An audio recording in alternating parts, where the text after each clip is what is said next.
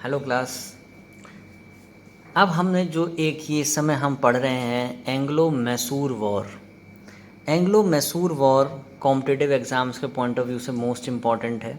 ये first Anglo Mysore war है। इससे पहले मैंने तीनों कार्नेटिक वॉर्स की वीडियोस अपलोड कर दी हैं, ऊपर आई बटन पे प्रेस करके आप देख सकते हैं।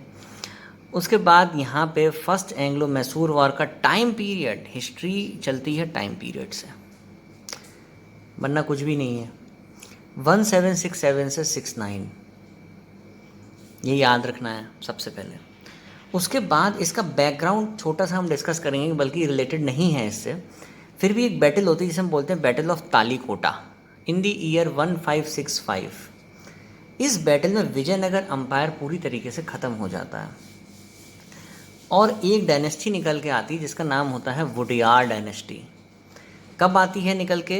1612 में। देखिए एनटीएससी वाले बच्चे, कॉम्पिटिटिव एग्ज़ाम्स वाले बच्चे इसे ध्यान से देखें और 8th सीबीएसई वाले बच्चे इसे ध्यान से देखें। फिर उसके बाद वुडियार डायनेस्टी के बाद जो यहाँ पे रूलर बनता है वो होता है चिक्क कृष्णराज। ये एक पपेट रूलर होता है, ठीक। इसके दो मंत्री होते हैं, Nanjaraj and Devaraj. Main ruler यही होते हैं, ये समझिए आप। ये तो सिर्फ नाम का राजा होता है चिक्क कृष्णराज, मेन रूलर आपके नंजराज एंड देवराज होते हैं, ये मिनिस्टर होते हैं इसके।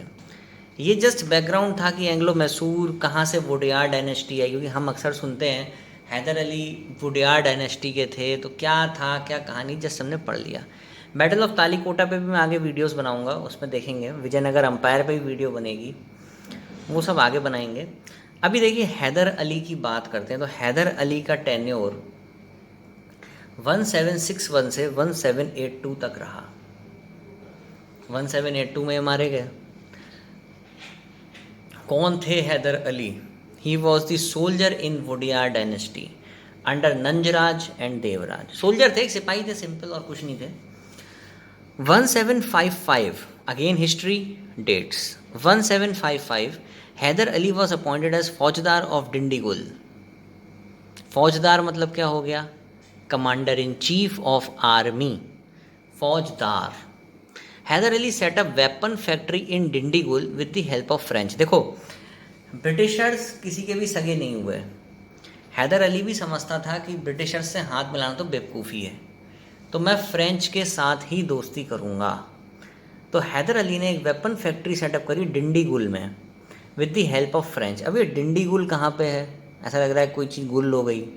कर्नाटका, ये सॉरी तमिलनाडु साइड में एक जगह है डिंडीगुल, ये वहाँ का एरिया है डिंडीगुल।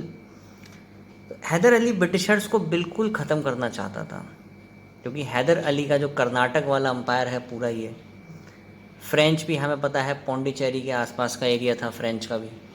लेकिन ब्रिटिशर्स, अगर इस समय आप लोग डेट पे थोड़ा सा भी ध्यान करें तो 1764 हो चुका है, बैटल ऑफ बक्सर हो चुकी है, 1765 में ट्रीटी ऑफ इलाहाबाद हो चुकी है, और आपके जो ब्रिटिशर्स हैं वो बंगाल में बहुत मज़े कर रहे हैं। वो सारे रिवेन्यू राइट्स उन्हें बंगाल के मिल चुके हैं, तो वो यहाँ नहीं आना चाहते। फिर भी पता है ये वॉर क्यों हुआ? क्योंकि कर्नाटक जो मैसूर का रीजन था ना, वो भी बहुत रिच था रिसोर्सेज में, ठीक। अब आगे पढ़ेंगे। Hyder Ali set a weapon factory in Dindigul with the help of French. Hyder Ali की दोस्ती किससे थी? फ्रेंच वालों से थी। अब आगे चलते हैं, ठीक। हैदर वांटेड, देखो लिखा है Hyder wanted to overthrow British from South India. Hyder Ali क्या सभी चाहते थे, पर वो जाते नहीं थे। उन्हें हराना बिल्कुल आसान नहीं था, जैसे इस समय कोरोना को हराना आसान नहीं है, ठीक है।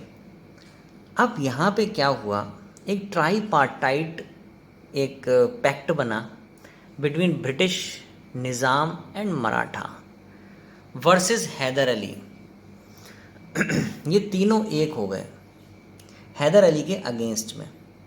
Hyder Ali was able to bring the Marathas and Nizam to his side with skilful diplomacy. यहाँ मराठास को हैदर अली ने कुछ पैसे दिए, बोले भाई ये पैसे तुम रखो और हमारी मदद करो इस समय। और निज़ामों को क्या बोला उसने कि अगर मैं जीत गया तो ये समझ लो तुम मेरे पड़ोसी हो, क्योंकि निज़ाम थे हैदराबाद के। तुम मेरे पड़ोसी हो, तुम्हें मैं छोड़ूंगा नहीं, लेकिन अगर मैं जीतता हूँ, ठीक है, नहीं तो मैं आपको एक टेरिटरी दे दूंगा, अगर मैं जीतूंगा तो मैं आपको एक टेरिटरी दे दूंगा, ठीक। तो बोले अच्छी बात है। Hyder Ali defeated the Britishers, Hyder Ali ने ब्रिटिशर्स को हरा दिया। And finally treaty of Madras was signed between them in 1769। Treaty of Madras sign होती है बिटवीन देम इन 1769। ये इंपॉर्टेंट है, अगेन ट्रीटी ऑफ मद्रास की डेट इंपॉर्टेंट है।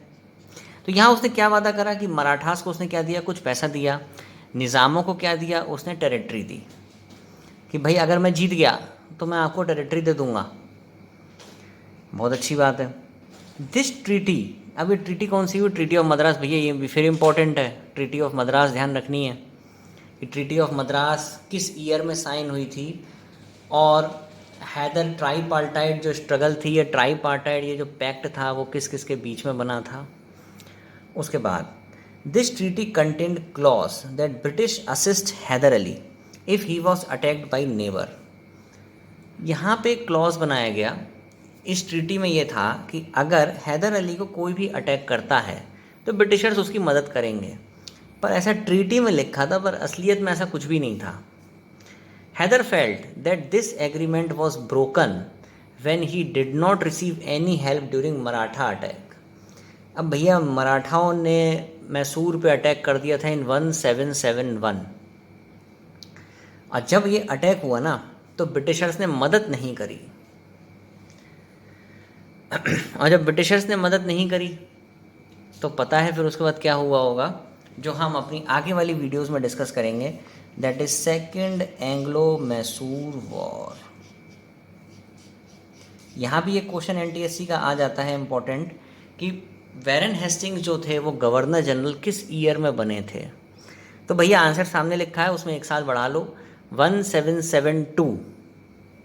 ठीक, क्लियर है आपको ये फर्स्ट एंग्लो मैसूर वॉर। इस एंग्लो मैसूर वॉर में देखो सबसे ज़्यादा इम्पॉर्टेंट क्या है, वो है आपका डेट 1767 से 69, मैच दी कॉलम के क्वेश्चंस हैं ये।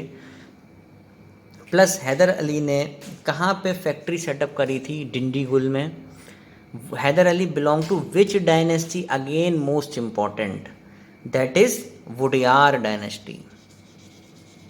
भैया ये सब चीज़ें इंपॉर्टेंट हैं, ठीक। उसके बाद आगे बढ़ें तो इम्पॉर्टेंट क्या है कि ट्राईपार्टाइट किस किस के बीच में हुआ था, ट्रीटी ऑफ मद्रास किस ईयर में साइन हुई थी। तो ये सारी चीज़ें इंपॉर्टेंट है। और यहाँ पे 1771 को देख के मुझे क्वेश्चन याद आ गया कि वैरन हेस्टिंग्स कब गवर्नर जनरल बने थे इंडिया के, तो आंसर है 1772, ठीक। तो यहाँ आपका फर्स्ट एंग्लो मैसूर वॉर ख़त्म होता है, और इसके बाद हम पढ़ेंगे अपना next second Anglo Mysore war अपनी आगे आने वाली वीडियोस में। So thank you class.